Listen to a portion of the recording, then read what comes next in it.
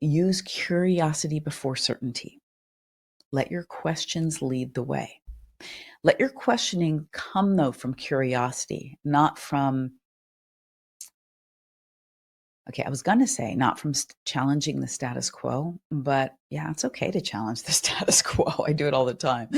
But allow there to be an energy of curiosity.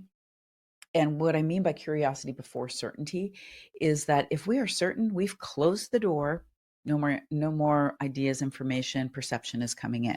If we're curious, the door is still open, and we may see things or see things in a different way that we hadn't before. This is super important. And this is what this transit really wants for us. So this is a 12-month period to really explore, to edit, and to evolve, not necessarily to finalize or perfect. Mercury is a very process-oriented planet, and so is Mercury's signs. We want to process things, want to roll the stones over, check and make sure we've seen all sides of things. Very process-oriented. So let's talk about some of the things that, as conscious entrepreneurs and leaders, that sometimes can get in the way and how we want to work through this.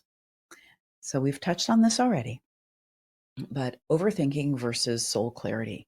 This is such a big one, and this is going to be front and center for you. I will remind you of this. We'll be talking about this all year. Maybe you're overwhelmed by information and unsure which voice is your own. You're going to face this more than one time. And you've probably already been facing this because we've been so saturated in information. So how do we discern our intuitive truth from the noise and create from soul clarity instead of mental clutter? Okay, in order to do this, again, we've got to pull away. In all my meditations, in all my trainings, there is a drop into the heart where we can hear our own soul voice. And at the end, there's always a tuning into an inspired action. Sometimes we do that right here on this podcast.